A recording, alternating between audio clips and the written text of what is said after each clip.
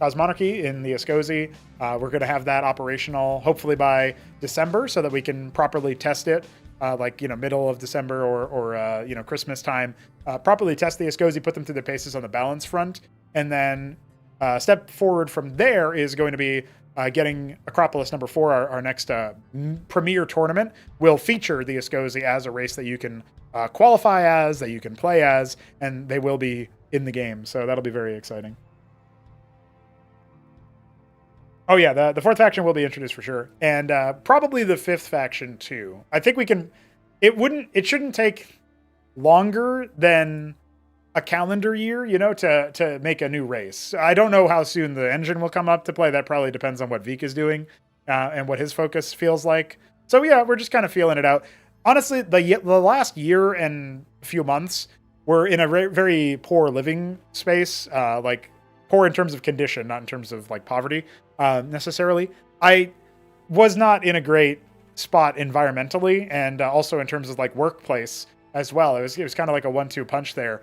And I don't really talk too much about that stuff because it's not really germane. It's just that hindered progress in a way that I wasn't really expecting and didn't ever truly adapt to. So moving away from that and finding more stability elsewhere, that's the current goal for the rest of the year, is just locking this down, working on, securing a solid set of economy pushing forward, and, also obviously getting a lot of work done on Cosmonarchy and some D&D stuff that I'm also doing unrelated. So, future looks very bright. I have to come to terms with it being a little bit slower going than expected due to some factors that didn't really feel like they were in my control per se. Maybe they secretly were, and I should have just found a different way to do it. But that's what I got for you for now anyway. Feeling pretty good for sure about Cosmonarchy. We had some pretty cool games. They were more early game oriented than I thought. We didn't see too many late game bangers, but I do think some do exist. I just got to go find them and cast them for later. So I'll be casting some more of this stuff probably Tuesday, if you guys want to set your calendars around for that. And yeah, we'll be having a good time. Yeah, our Donator D&D campaign is today, so get ready for that for sure. Oh yeah, new tile sets. It's funny. There's a guy who's working on editor support for his open source editor, competitor to SEM Draft 2, that will allow tile sets to be done, terrain to be placed a lot easier than it currently is. And I'm really looking forward to that. But that will also unlock the ability to add new tile sets in theory in the future. We would just need to do some reverse engineering for the in-game side. But in theory, that would be possible. So that's also really exciting. We do have a lot of models coming through from Delta Catamus, from Solstice. I almost forgot. But if you guys have stuck around, sometimes people bail out around the time that I'm just about done. I'm saying like, hey guys, that was it. GG's. If you're still here, you're about to be treated. But there's a unit that I want you guys to see. Okay, there's a graphic that I want you guys to see, and I can reveal that there is in progress custom Maverick graphic. So finally, that Marine gun ain't gonna be aiming the wrong direction when he moves down. He will be omnidirectional. We will have one less model we need to make. So Mavericks are coming, boys. Mavericks are coming.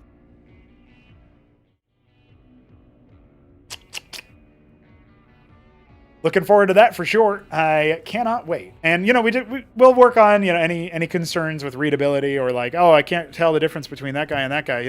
It's work in progress. But Solstice is doing it. He's also still working on that Vulture, which I look forward to seeing too. So maybe they'll drop at similar times. But I'm excited, man. That's going to be a good time. So just one more epic thing about Cosmonarchy. We're slowly replacing even the Blizzard assets, right? Even the Blizzard graphics. So looking forward to the first cast over with those things in it. That's for sure. All right, guys, GG's. If anybody gets some epic games played in the rest of today, send them my way as usual, or play it on Ranked. I'll just download them off of Replay Kraken. But I will be back for you guys for another Cosmonarchy stream, probably on Tuesday. You can check the Discord server in the Manifestod channel, the announcements channel.